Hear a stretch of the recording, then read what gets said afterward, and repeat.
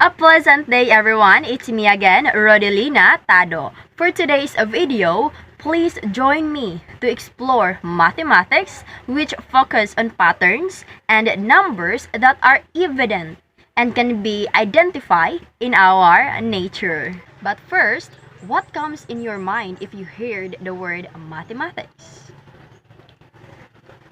I know we have our own different definition of mathematics, but the simplest definition of it, mathematics, it is the study of numbers and how they are related to each other and to the real world.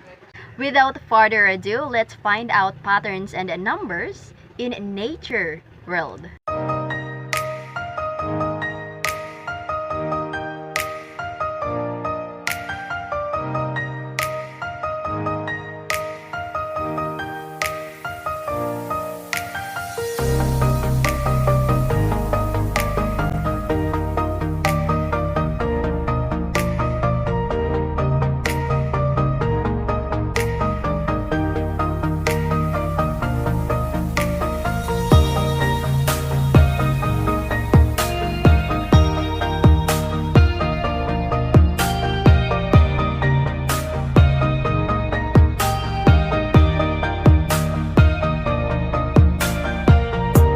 First pattern, we have symmetry.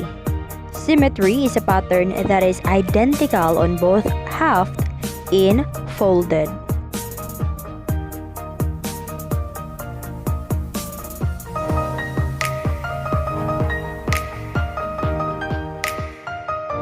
Second pattern, we have spiral. Spiral pattern, it is a curve pattern that focuses on a certain point and a series of circular shape that revolve around it.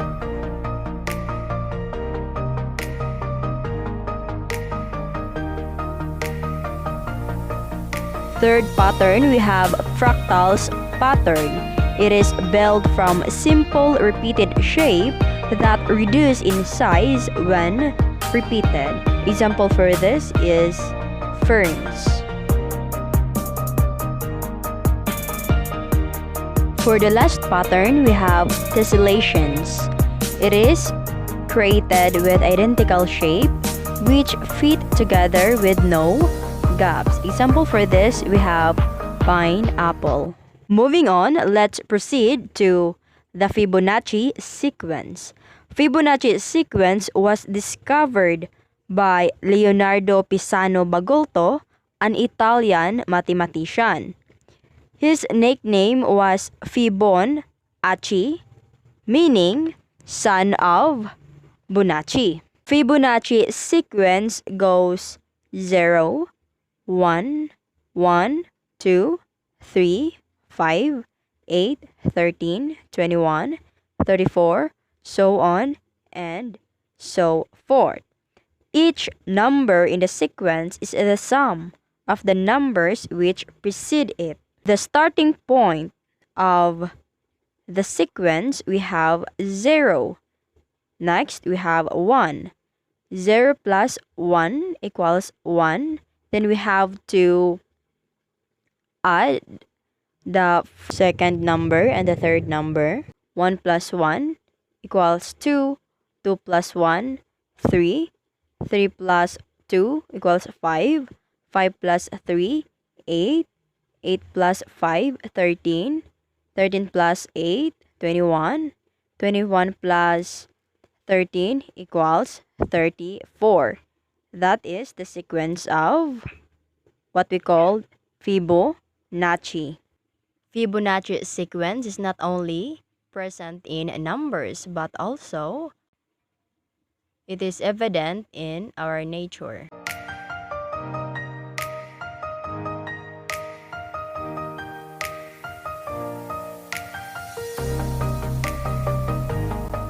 The Fibonacci sequence can also be seen in the way tree branches form or split.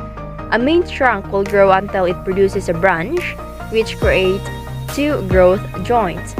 This is how Fibonacci sequence is evident in nature.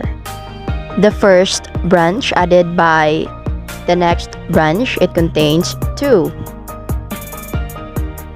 The second branch added by 1 branch, it contains 3. So on and so forth.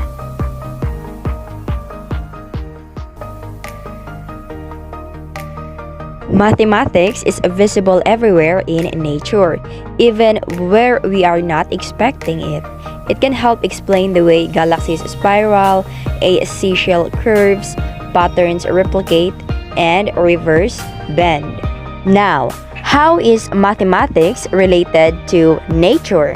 Mathematics in nature is a science and mathematics unit that allows students to explore and gain knowledge about mathematical patterns found in nature, such as tessellations and the Fibonacci sequence. The unit also has interdisciplinary connections to other subject areas. That is all for today. I hope you learned something from this video. Once again, this is Rodelina Bitado. Thank you and God bless.